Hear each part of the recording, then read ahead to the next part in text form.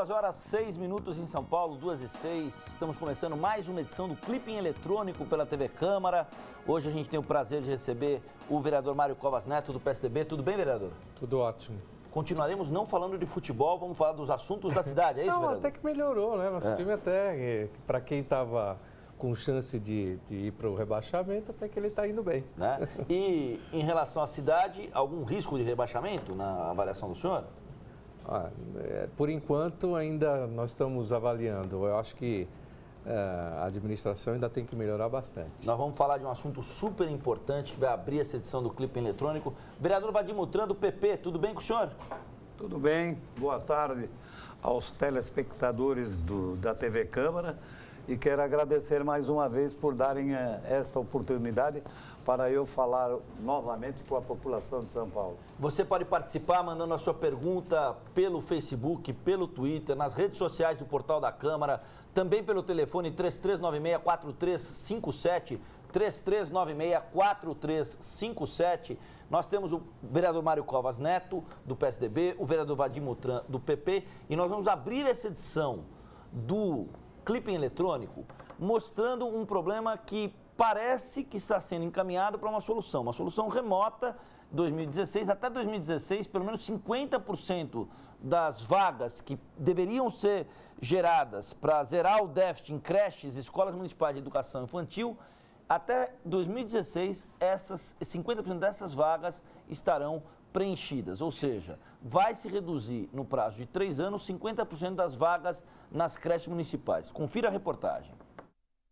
O desembargador, presidente da Seção de Direito Público do Tribunal de Justiça de São Paulo, Samuel Alves de Melo Júnior, abriu audiência de conciliação com o roteiro de propostas levantadas por ele. Entre elas, a garantia de que até 2016, 50% da demanda da falta das creches e pré-escolas seja atendida. Segundo dados da Secretaria Municipal de Educação, hoje, cerca de 143 mil crianças esperam por uma vaga. As propostas que eu elaborei foram fruto daquilo que eu vi na audiência pública, né? As pessoas que vieram, muito sérias, muito competentes, conhecedoras profundas do tema, me trouxeram realmente informações que me nortearam. E juntando essas informações com um pouco de experiência que eu tenho na área de administração, eu pensei e elaborei essas propostas. Vamos ver se elas vão avante. Como não houve acordo, o processo será estendido. Para as entidades que representam a educação infantil, as propostas precisam ser mais detalhadas. Hoje, na realidade, nós tivemos uma audiência em que foi proposto um plano de trabalho para que possamos fazer um cronograma para a execução das 150 mil vagas que a Prefeitura propõe e que, com esse cronograma, será possível acompanhar o desenvolvimento dessa implementação desse plano.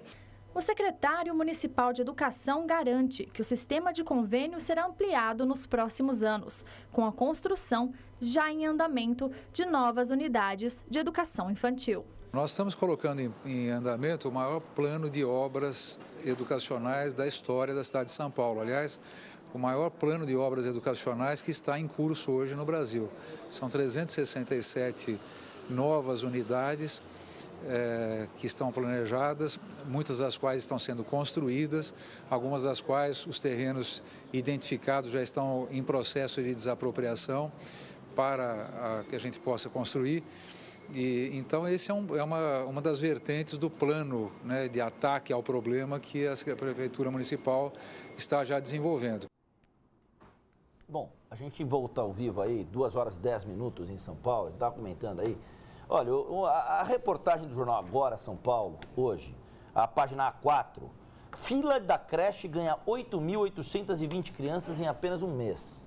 E aí, lista voltou a crescer entre junho e julho, apenas 243 novas matrículas foram feitas no período. Vereador Mário Covas Neto, como resolver um impasse dessa magnitude? A gente já trouxe outros vereadores para falar aqui no programa, inclusive de casos que acontecem em várias regiões da cidade de São Paulo, em que crianças de 7, 8, 9 anos ficam responsáveis por cuidar dos irmãos de 1 e 2 anos enquanto a mãe trabalha, e isso gera um efeito de produtividade, de preocupação, de risco para a criança. E o pior, Para a criança de 8 e 9 anos que está cuidando do irmão de 2, essa criança está perdendo parte da sua infância, tendo de amadurecer muito sumariamente, né? Precocemente, né? É isso mesmo. São 130 mil vagas carecidas. A cidade carece de 130, um pouco mais de 130 mil vagas em creches. Esse é um número bastante grande, difícil de ser alcançado na medida em que você tenha menos oferta mensalmente, como mostra esse resultado, ante a procura, não é? Veja, isso vale como objetivo e prioridade de governo. Quer dizer, todo governo tem no seu orçamento aquilo que ele julga ser prioritário ou não, né? Na área de saúde, de habitação, etc. Aqui a discussão mais recentemente sobre a tarifa zero do transporte coletivo, por exemplo, na medida em que você coloque isso como prioridade, dinheiro que poderia ser usado em outras coisas, inclusive creche, deixarão de existir. É preciso que haja um equilíbrio. A creche, me parece, hoje, talvez o ponto mais sensível da cidade, fora a mobilidade urbana, mais sensível pelo fato de que os pais daquelas crianças ou acabam deixando por filhos pré-adolescentes ainda para cuidar dos menores, ou são obrigados a não ir trabalhar para cuidar dos seus filhos, o que acaba sendo uma injustiça. Se você for ver a estatística dos bairros onde tem mais necessidade, você vai verificar que são os bairros mais pobres, são os mais afastados. O Jardim Ângela, por exemplo. Por exemplo. 7.470 crianças à espera de uma vaga em creche. Pois é, mas são os lugares onde o metro quadrado do terreno é mais barato, ou seja, uma intervenção do poder público aí pode, de fato, resultar em benefício. A gente até, quando aqui se fez a doação ou a concessão de um terreno para a implantação de uma faculdade pública e que a Câmara acabou concedendo, a gente chegou a observar isso. O terreno é muito maior do que a necessidade. O senhor está falando da Zona Leste, aquele da USP Leste, não. ou de Pirituba? De Pirituba. De Pirituba, nós acabamos fazendo um estudo e demonstrando que outras unidades de educação que comportam mais ou menos o mesmo número de alunos, eles precisam de uma área muito menor. Ora, é muito mais lógico você utilizar um pedaço dessa área para outros equipamentos públicos, por exemplo, creche, né? Esse é um problema que o governo tem que olhar como prioritário. Vereador Vadim Mutran, mais uma vez, os distritos da Zona Sul da cidade de São Paulo são os que somam as maiores filas. No Jardim Ângela, que é o primeiro do ranking, 7.470 crianças estão à espera de uma vaga em creche. A fila da creche vem crescendo mês a mês desde o início de janeiro, quando eram 79.207 crianças na cidade de São Paulo, ao todo, sem atendimento. Eu queria que o senhor fizesse uma avaliação desses números e, principalmente, que o senhor sinalizasse como é que qual a possibilidade de que se resolva. Porque, veja só, vereador, o primeiro bairro com mais crianças que aguardam uma vaga na creche fica no extremo sul da cidade, Jardim Ângela. O segundo, Grajaú. O terceiro, Jardim São Luís, tudo na Zona Sul. Quarto, Cidade Ademar. Quinto, Santo Amaro. 5 bairros da Zona Sul que, somados, formam um contingente de 7 com 7, 14, com 6, 12 dá 26, com 5 de mais de 33 mil crianças, só em 5 bairros da Zona Sul. Eu queria que o senhor comentasse esses números. Olha, eu já lutei muito pelo problema das creches aqui da cidade de São Paulo. Eu já dei opinião a vários prefeitos desta cidade e não fui ouvido, porque eu não posso fazer projeto porque dá despesa. E quando o projeto dá despesa, o vereador não pode fazer projeto. Mas eu venho lutando e dando sugestão para que a creche ela seja construída também no vertical. Por exemplo, eu tenho uma creche ao lado da minha casa, que ela tem um terreno lá de 3.000 metros quadrados e tem 500 de construção. Qual é a razão que nós não podemos fazer um andar em cima com todo o cuidado, transferir parte aonde aquelas crianças dormem e tudo, para o andar de cima com toda a segurança? Nós vamos colocar o dobro de crianças em cada creche que está lá. Não vamos precisar arrumar terreno, que é dificuldade para fazer creche. Não precisamos ter a necessidade de colocar muitos funcionários, porque o funcionário que toma conta de 5 crianças vai tomar conta de 10.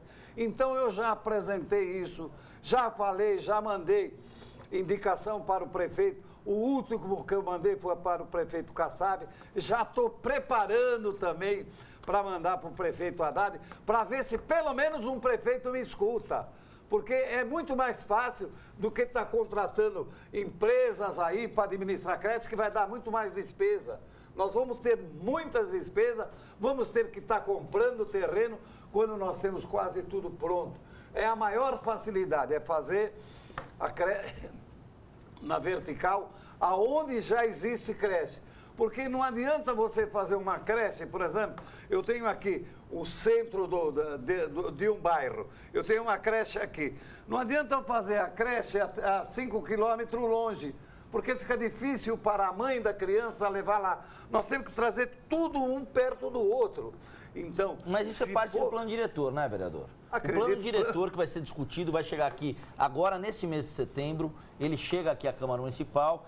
Foi realizada uma etapa inicial com oficinas públicas, com audiências públicas. Essas etapas vão ser desdobradas. Agora, essa questão de levar o emprego para a periferia, de criar problemas que envolvem a mobilidade, como o senhor citou, vereador Mário Covas, isso é parte também do que está no enredo aí do plano diretor, né? Acredito eu, pelo menos parte do que eu ouvi até agora eu não gostei. Vou brigar muito no plenário da Câmara, em virtude de não concordar com alguma coisa que estão querendo apresentar. O problema da diminuição de garagem nos prédios é um absurdo. Quando nós estamos procurando fazer garagem para os carros não ficar na rua, estão querendo criar um plano diretor para diminuir os números de garagem nos apartamentos. Isso é absurdo.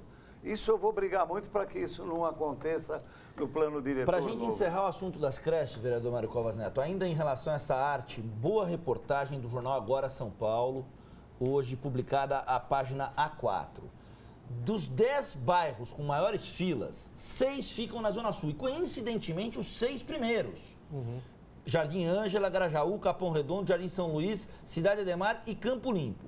Aí nós temos 2 bairros da Zona Leste, Sapopemba e Itaim Paulista. E 2 da Zona Norte, Brasilândia e Tremembé.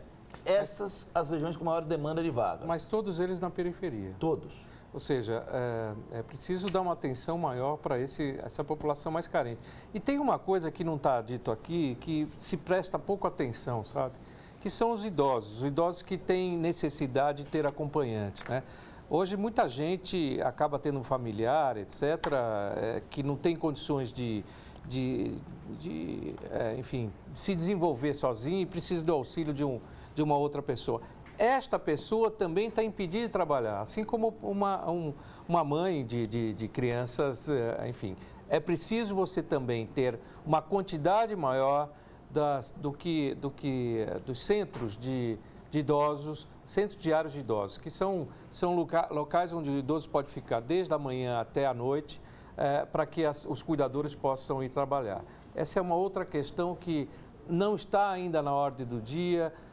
Me parece que o poder público, de uma maneira geral, não observa que o idoso ele começa aos 60 anos e hoje ele tem uma expectativa de vida muito maior e que, portanto, o poder público tem que olhar para essa parcela da população da mesma maneira que ele olha para aquela criança ou aquele jovem. Você me dá licença um Pois pouquinho? não.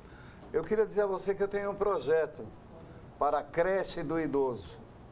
Aí os idosos vieram brigar comigo que eu estava chamando eles de criança. Eu mudei o nome, mudei Espaço do Idoso. Está correndo o projeto aí. Não, mas já o senhor por causa de um nome... Não, estava chamando de criança. Não, mas vereador, já é implantado na cidade, mas tem apenas um ainda implantado. É preciso que a gente... porque numa creche para criança, a mãe tem condições de locomover um espaço maior, uma distância maior da sua casa até a creche, porque a criança é fácil de você levar, ou levar na mão ou no colo, etc. O idoso não, ele tem muitas vezes dificuldade de locomoção. Portanto, você tem que ter vários centros espalhados pela cidade. Não, mas você há de convir comigo o seguinte, o espaço do idoso, nós estamos procurando para o cidadão idoso. E possivelmente esses idosos têm mais condições financeiras para pegar um carro, para levar no lugar onde ele vai ficar. O importante é pôr esse idoso juntamente com outros idosos para que ele tenha com quem conversar, jogar um baralho, jogar um dominó. Ele fica lendo um jornal, fazendo sempre alguma coisa. Desculpe, eu não estou me referindo a esse tipo de idoso. O idoso que está, ele tem condições de se locomover sozinho, etc. Ele precisa de convívio social, o que eu estou de acordo também.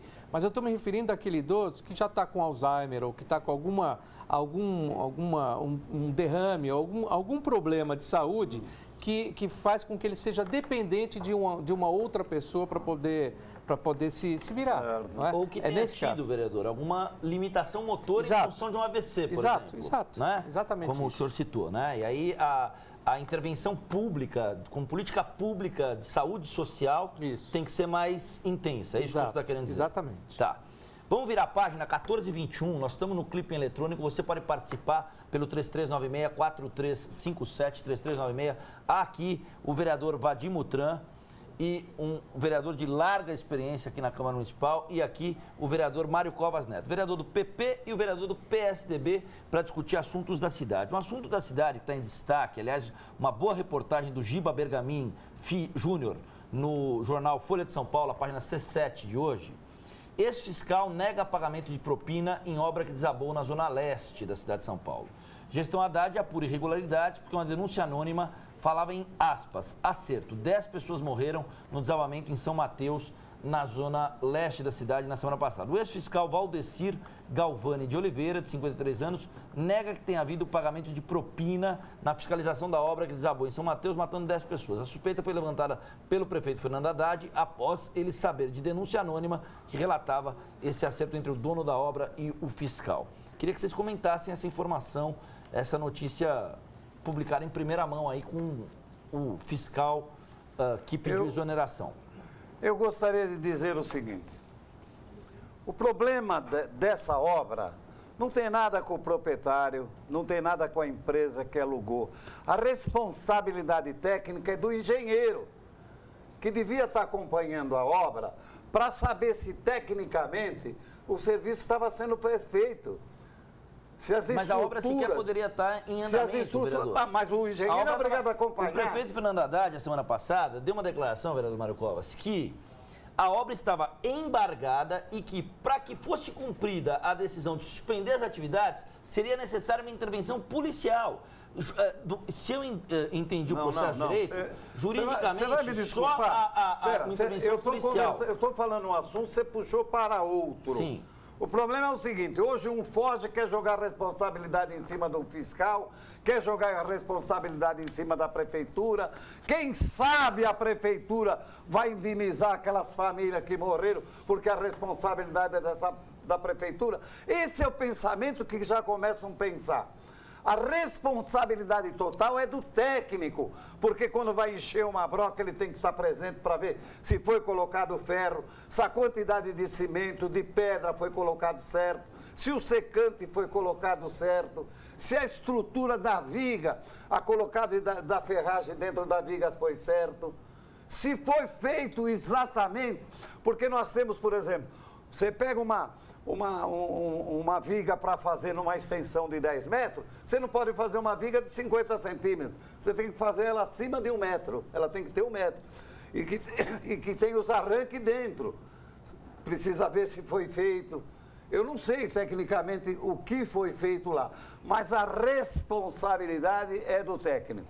Agora, o fiscal, se a obra estava embargada, o fiscal cumpriu a obrigação dele. Ele foi lá e embargou. O fiscal não pode saber se a obra está certa ou não. Ele só pode olhar se tem planta, se está de acordo com a planta. Mas, tecnicamente, ele não sabe. Ele não é técnico, ele não é engenheiro. Então, mas como o senhor disse... Agora se ele tivesse feito algum acordo, como estão falando, para receber algum dinheiro e não tivesse embargado a obra e a obra estava sem a licença, ele podia ter a responsabilidade de dizer por que ele não embargou a obra, aí sim. Mas do contrário não, a obra caiu, é responsabilidade do engenheiro. Agora, quem tem que responsabilizar é o proprietário do prédio, que vai ter que chamar o engenheiro, porque ele pegou um engenheiro que não estava de acordo para construir aquele tipo de obra. Vereador Mário Covas, eu queria a opinião do senhor, até para a gente desdobrar esse assunto, porque envolve uma questão simples. Vamos supor que eu queira, na minha casa, construir uma laje. A prefeitura não me autoriza, eu passo por cima. Ou a prefeitura me autoriza no primeiro momento. Aí passa um determinado tempo, há um embargo nessa obra. Eu passo por cima da decisão da prefeitura, que limita a minha construção de obra, vou lá e toco o pau, manda a brasa. E aí? Então, eu acho que esse que é o ponto. Quer dizer, se o fiscal foi corrupto ou não, se houve algum tipo de acerto ou não, isso é menos importante. Eu acho que o vereador Vadir Mutran tem razão no seguinte: se a obra for embargada, ela não poderia ter continuado. A responsabilidade do engenheiro ou não importa. O fato é que a prefeitura, na sua análise técnica, decidiu o seguinte: esta obra não pode continuar. Sim. Muito bem, foi lá e embargou. Não, acabou. Por que ela continua ainda? O que faz a prefeitura não ter esse poder de fiscalização e de força para impedir que ela continue? A verdade é que a cidade, uma grande parte da cidade, foi construída desta forma, de uma forma ilegal. As pessoas ou não têm paciência porque a burocracia é muito demorada, ou porque, enfim, acham que podem estar acima das determinações legais, enfim, e acabam por realizar pequenas obras ou grandes obras sem autorização da prefeitura, ou contrariando a negativa da prefeitura. Esse caso, para mim, o que é de grave não é se houve corrupção ou não. Essa é uma coisa que tem que ser investigada, sim. Mas o grave é o fato de que a prefeitura, na sua ação de fiscalizador, ela não conseguiu impedir que a obra continuasse. Ela não conseguiu impedir que a obra continuasse e, consequentemente, em função da continuidade da obra à margem da autorização da prefeitura, 10 mortes ocorreram. Sim. Poderia não ter acontecido nenhuma morte, poderia o prédio estar lá, mas aí depois que o prédio... Vamos imaginar que o prédio não tivesse ruído e que ele tivesse sido construído. Afinal de contas, você tem uma construção feita que não foi autorizado pela prefeitura. Bom, e não ser autorizado pode ter por várias razões. Porque não respeitou o recuo, ou porque a altura está diferente, ou porque não tem sanitários adequados, sei lá, qualquer coisa, ou porque não tem acessibilidade, seja qual for o motivo, ele não poderia ter continuado. Aí, viu, aí nós temos um problema, o seguinte: a prefeitura, normalmente, é normal e é da lei, nenhum proprietário de imóvel pode construir laje ou viga ou qualquer coisa concreto sem ter a assinatura do engenheiro. Tem que ter acompanhamento e ajuda do engenheiro. Se não tiver, o fiscal vai lá e é obrigado a embargar a obra. É obrigação dele. Nós temos também um problema na prefeitura, que é normal e é da lei.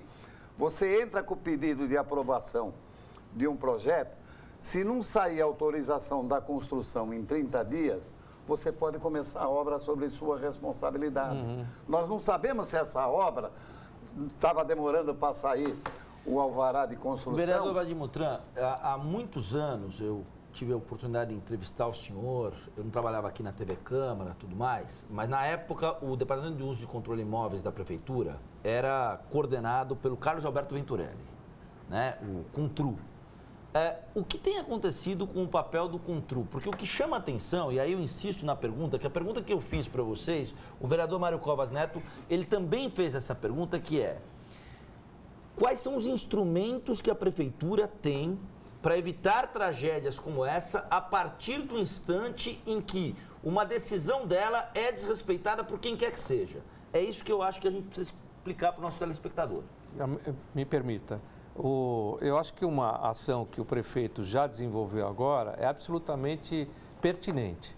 Você disponibilizar na internet todas as obras que estão embargadas. Isso faz com que... São 578, se eu não me engano, vereador, eu li o número. Isso faz com que os vizinhos, etc., vendo uma movimentação, possam acionar a prefeitura caso a obra continue acontecendo. Esse é um caminho.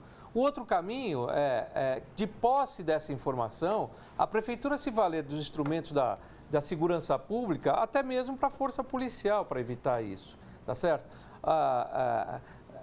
Quanto mais você permitir o acesso à informação das pessoas, maiores são as chances de não acontecer esses fatos novamente.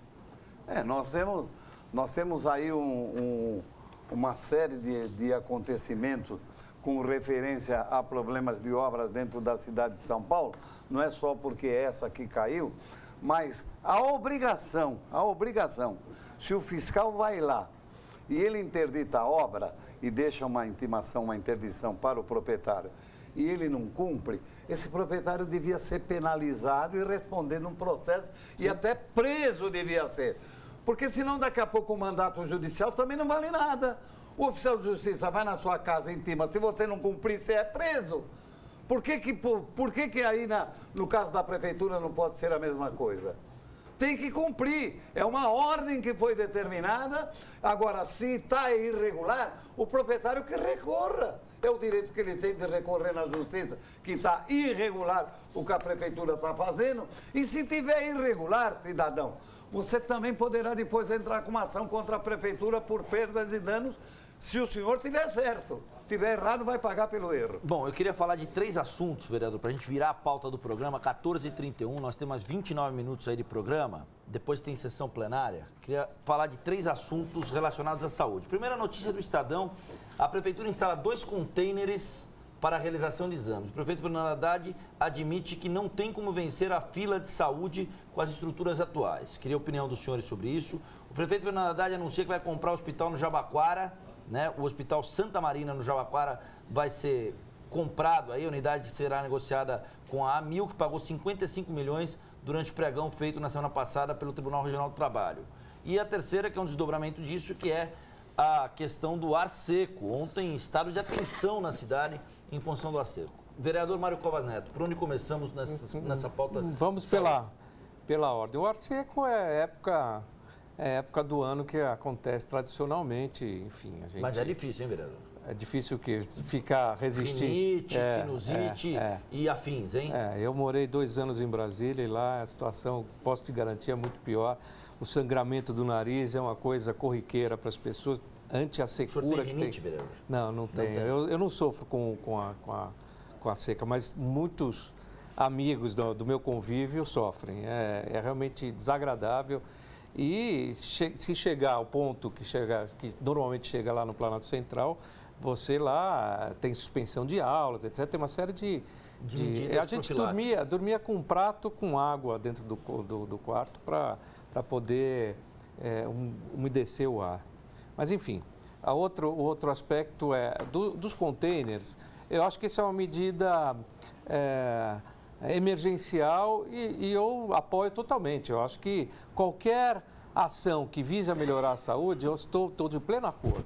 Não acho que isso é definitivo e nem imagino que, tanto que fala em unidades móveis, como uma coisa emergencial, e eu acho que tem que ser encarado dessa forma. Eu acho que a Prefeitura tem que ter ações permanentes de melhoria para a saúde e não uma coisa provisória. Mas, diante do quadro atual, eu apoio totalmente para que se reduza esse prazo. Em relação à compra do hospital, eu lamento, eu sou contra. Você já tinha a Amil que tinha adquirido o hospital, portanto, você tem um ente privado querendo, enfim, disponibilizar um hospital, porque no final vai ser disponibilizado para a população. Por que a Prefeitura agora quer este hospital para ser público? Para mim não faz muito sentido. Seria melhor, já que vai se gastar um dinheiro para adquirir esse hospital, ela pode construir num outro lugar onde há mais necessidade ou maior carência na cidade. Não entendi a razão da Prefeitura querer, depois de um leilão público, que a Amil contraiu os direitos sobre essa propriedade, ela ir lá e falar assim, não, eu quero para mim, eu não vejo razão para isso. Né? Sou contra essa atitude. O senhor, vereador, a opinião do senhor sobre esses 3 assuntos. Eu já falei várias vezes, até nesse programa aqui, que a melhor medicina do mundo é em São Paulo. E por ser a melhor medicina do mundo, ela se torna pior. Porque o Brasil inteiro vem se tratar em São Paulo. Eu convido vocês a fazer um programa de manhã, vamos logo às 6 horas da manhã na porta do Hospital das Clínicas. Vocês vão ver quantos ônibus chegam de cidade de fora e ambulância. nas Santa Casas e os demais hospitais públicos de pessoas que vêm de fora se tratar em São Paulo. O que nós precisamos realmente, e aqui vai um aviso e um pedido, uma imploração para a presidente Dilma, para que ela construa um hospital das clínicas em cada estado. Vai acabar o problema do pessoal vir tudo para o Brasil. E temos os países aí, da América Latina aí, que vem tudo também se tratar em São Paulo. Eu uma vez fiz um desafio, o PT estava na administração, e eu fiz um desafio dizendo que nós tínhamos pessoas estrangeiras que vinham se tratar aqui no Brasil.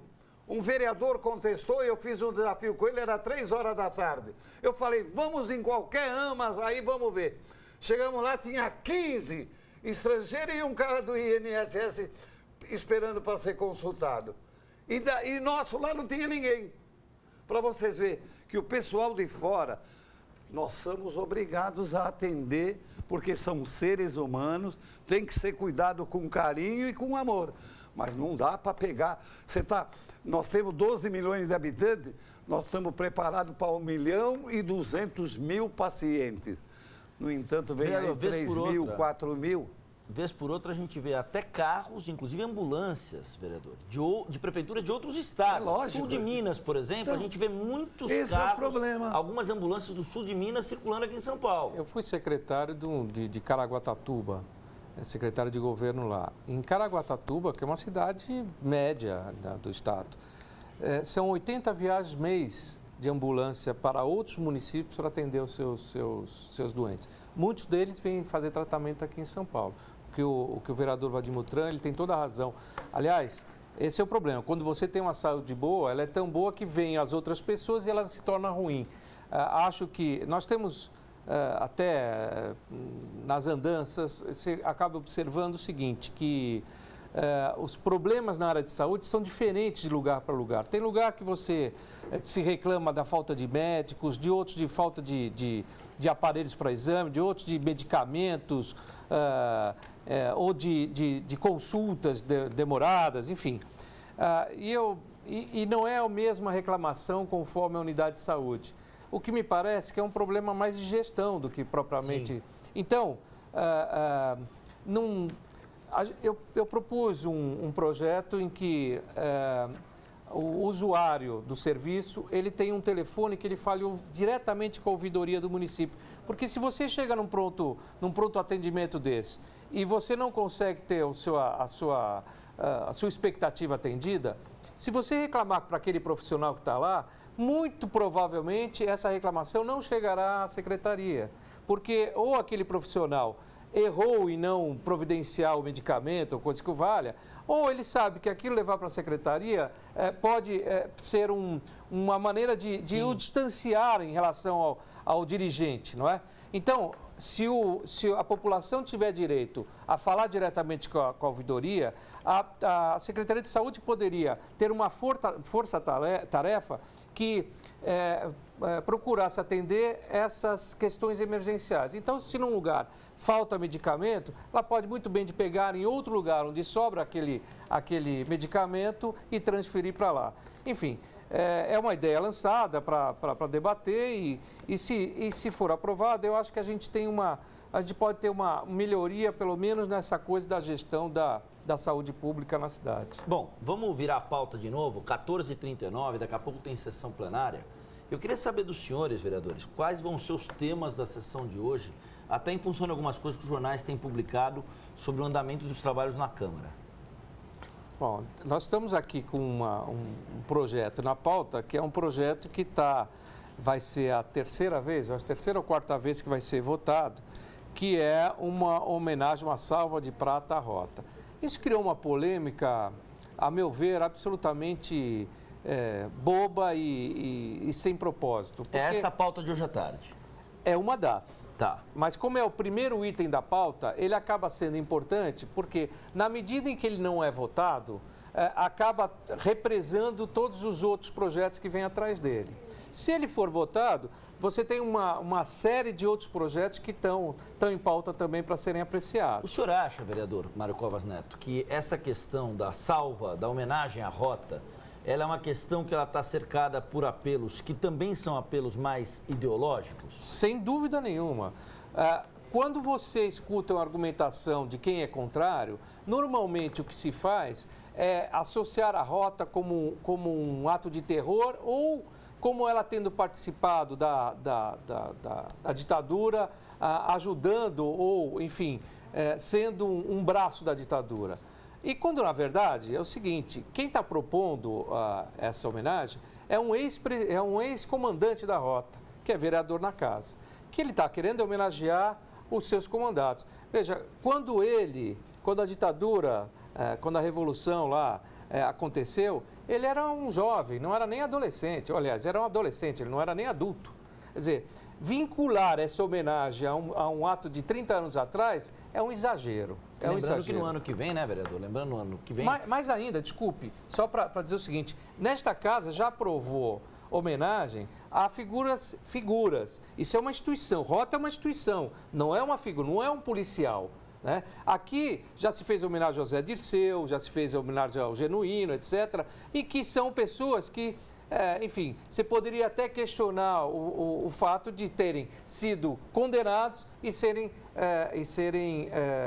homenageados. Eu penso que está se fazendo uma tempestade num copo d'água. 2h42, 20 graus aqui nos estúdios, na região central da cidade de São Paulo.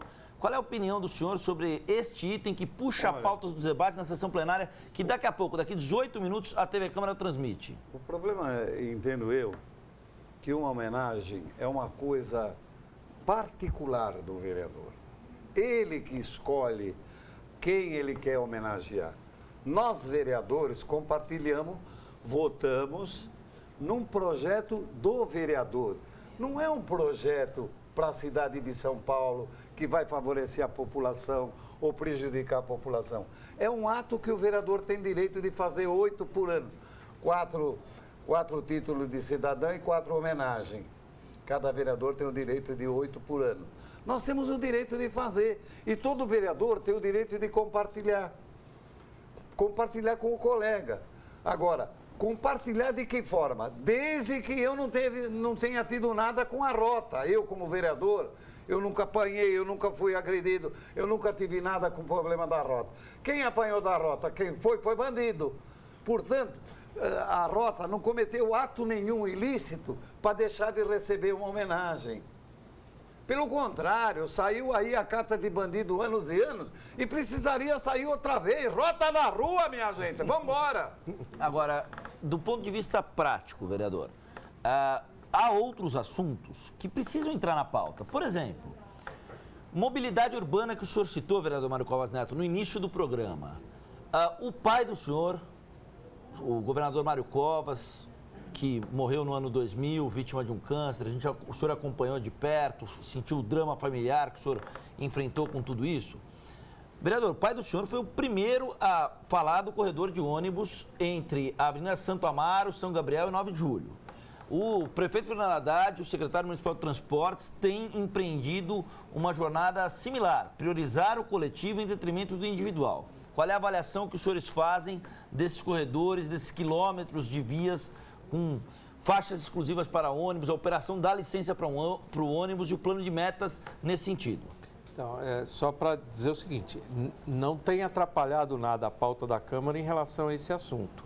O fato de não ter sido votada a rota não atrapalha o negócio dos corredores. Isso não é algum projeto que esteja dependendo de votação. Sim. Essa é uma medida que a Prefeitura pode desenvolver e tem desenvolvido por ações administrativas.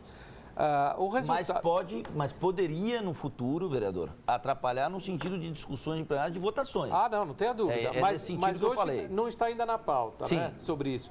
O que tem ocorrido, no meu modo de entender, o caminho é esse mesmo. Nós precisamos ter mais corredores, ou melhor, você priorizar o transporte coletivo em relação ao individual, dando mais ofertas. Corredores é uma possibilidade, assim como metrô, como CPTM. Só que os corredores são mais ágeis, mais rápidos de serem feitos do que qualquer outro equipamento assim. Eu diria que nos próximos 5 anos, pelos investimentos que têm sido anunciados e que já têm sido feitos tanto no metrô como na CPTM, assim como o prefeito Haddad tem anunciado também nos ônibus, nós teremos uma revolução de transportes coletivos na cidade nos próximos 5 anos. Essa é a minha expectativa. Como será essa revolução, vereador? Nós vamos ter muito mais opções ou seja, a pessoa hoje, para pegar um transporte coletivo, muitas vezes ela tem que caminhar um determinado espaço, ela tem que pegar mais do que uma condução e, às vezes, é um único roteiro que ela tem. Sim. E, muitas vezes, esse roteiro, ela está com excesso de passageiros e, portanto, é desconfortável.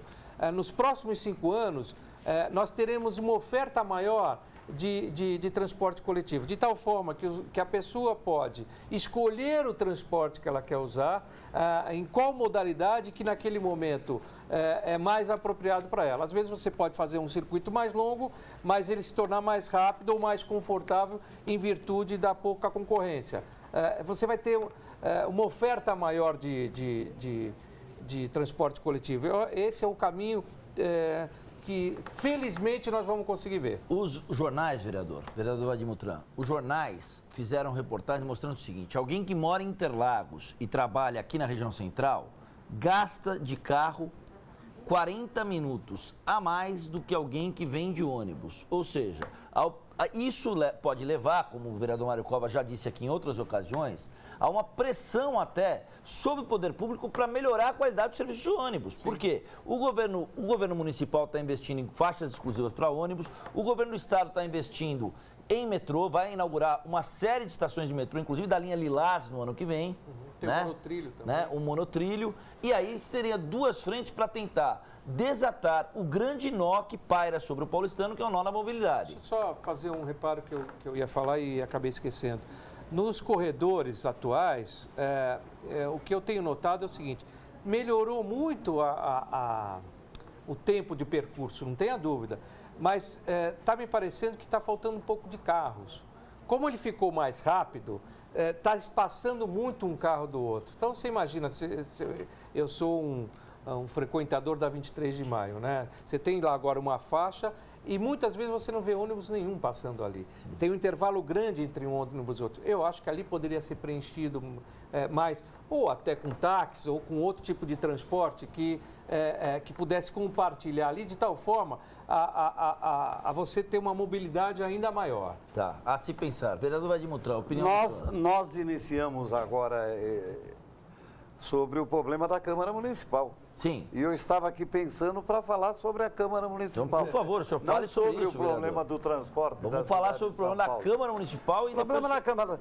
Tudo que existe, quer seja na Câmara Municipal, quer seja na Assembleia Legislativa ou lá em Brasília, tudo é negociável, tudo se negocia por troca de... Você vai votar no meu, vou te ajudar, vamos votar no seu, desde que o projeto seja bom para a cidade de São Paulo. Que contemple o interesse público. Nós temos que negociar, tudo logicamente é um termo que a gente usa, negociar, junto do senhor prefeito, porque eu posso fazer alguma coisa que eu acho que seja bom para a cidade de São Paulo e acharem que não é bom e o prefeito não sancionar. Porque não adianta, se for para vereador chegar aqui e fazer lei, sabe o que vai acontecer? Vai sair 2.000 leis para a cidade de São Paulo por mês. Como é que vai ficar a população? Cada vereador tem o direito, se tivesse o direito de cada vereador fazer 4 leis por mês, são 220 leis para punir a cidade de São Paulo. Para regulamentar as coisas dos moradores da cidade, penalizar porque engraxou o sapato, o outro porque não engraxou, o outro porque pôs a caixa lá, o outro porque pôs a lata de lixo lá. Não é esse o problema da cidade de São Paulo. O problema de corretor de ônibus é problema do prefeito. É problema da Secretaria de Transporte, tem que ver o que é melhor para a cidade de São Paulo. Nós vamos criticar, sim, aquilo que não funciona. Mas nós não podemos dizer vai parar. Não pode, é parte administrativa do prefeito. E aquilo que é parte administrativa do prefeito é obrigação dele a fazer. A gente pode se unir, os vereadores, as bancadas, porque o problema é partidário, quando a gente fala em negociar com os partidos. Porque nós temos aqui 14 ou 15 partidos que têm a ideia diferente, que quer ver o partido dele crescer, ele quer dizer que a coisa dele foi melhor para a cidade do que o meu. É coisa partidária, é problema partidário. É coisa que acontece para a Câmara Municipal. Seria fácil sentar lá, sim. Cada vereador, 4 projetos por mês. 220 leis por mês. Não, nós negociamos com o prefeito para nós votarmos alguns projetos que é de grande interesse da cidade de São Paulo. Eu não conheço até hoje, com 30 anos aqui nessa casa, projetos de interesse da sociedade que veio para cá, mandado pelo prefeito, é votado quase que na hora. Foi criado o Congresso de Comissão para poder votar rápido os projetos do prefeito. Sim. Por causa do problema da rapidez, antigamente tinha que passar pelas comissões. Hoje o projeto do prefeito vai mais rápido. E aquilo que é de interesse da cidade de São Paulo, aqui eu falo em nome dos 54, porque o Mário vai falar ele por ele. Tem interesse naquilo que é bom para a cidade de São Paulo. Ninguém é contra nada que sirva para a população usufruir o melhor possível. Agora, é assim, Mário? É lógico que é. Então, é assim mesmo. Agora, pronto, olha lá, os 55. Agora, vereador, para a gente encerrar, a questão do corredor de ônibus. O senhor é a favor ao corredor de ônibus no sentido de se melhorar o trânsito na cidade e melhorar a mobilidade? Não, eu não sou a favor. Eu acho que eu tenho obrigação de querer tudo aquilo que é bom para a cidade de São Paulo, não só o corredor de ônibus. É o metrô, é o negócio aéreo aí, ou o outro lá, não sei como é que chama lá. O monotrilho. O monotrilho, isso é que de interesse nosso. E também pedir para a população ter um pouquinho de calma. Não adianta, se não puder viajar em 15 minutos, viaja em 25. Se não puder. Quer todo mundo entrar na mesma hora na porta do trem? O cara que tem carro diz, eu não vou me meter nisso aí. Um dia, eu não vereador, vou entrar nisso aí. Eu tenho que ser convocado e pensar na minha cabeça. Que beleza, eu chego lá no metrô e eu entro, sento, vou embora tranquilo, desço na porta do meu serviço, pego, venho lendo o jornal no metrô, chego na porta da minha casa, tudo mais rápido. É essa a vontade de todos. O que não dá é para aceitar a forma que vem agindo a população para subir. Não respeito as mulheres, as jovens, nem as senhoras gestantes, os idosos, é muito pouco respeitado. Portanto, é isso que acontece. Então, as pessoas têm receio. O marido que tem a esposa com problema de gravidez, ele acaba querendo levar ela de carro lá no médico quando ela podia ir no metrô. Levar com a mãe, com a tia. Esse é o problema, é o medo do que pode acontecer. Vereador Vadimutran, muito obrigado pela presença do senhor. Nós temos 6 minutos para começar a sessão plenária, ou seja, é o tempo de tomar uma água, no máximo um café e entrar para registrar a presença no plenário. Vereador Mário Covas Neto, muito obrigado, um prazer tê-lo aqui conosco. Prazer é todo meu, muito obrigado do convite. Só queria dizer uma coisa em relação ao corredor de ônibus, para que as pessoas entendam o seguinte: a cidade, o crescimento da quantidade de carros que tem a cidade, e a cada ano crescem mais e mais, ela leva inevitavelmente para a gente procurar soluções para que ela não pare de uma vez. Sim. O corredor de ônibus é uma primeira etapa. Se a gente não tiver a alternativa de transporte coletivo, daqui a pouco o que vai se estudar o que se fala já em pedágio urbano, em você proibir a circulação de carros pelo centro expandido da cidade, enfim, uma série de outras alternativas que são muito mais restritivas e muito mais complicadas do que você ter um corredor de ônibus. E se você, telespectador da TV Câmara, tem alguma observação, alguma sugestão, alguma reclamação, algum projeto a encaminhar ao vereador Mário Covas Neto, o ramal dele, o telefone dele é 3396-4444. E o telefone do vereador Vadimutran, 3396-4349. Vereador Vadimutran, muito obrigado pela presença do senhor aqui. Estamos à disposição. 2h55, TV Câmara São Paulo. A política da cidade passa por aqui. Uma boa tarde a todos.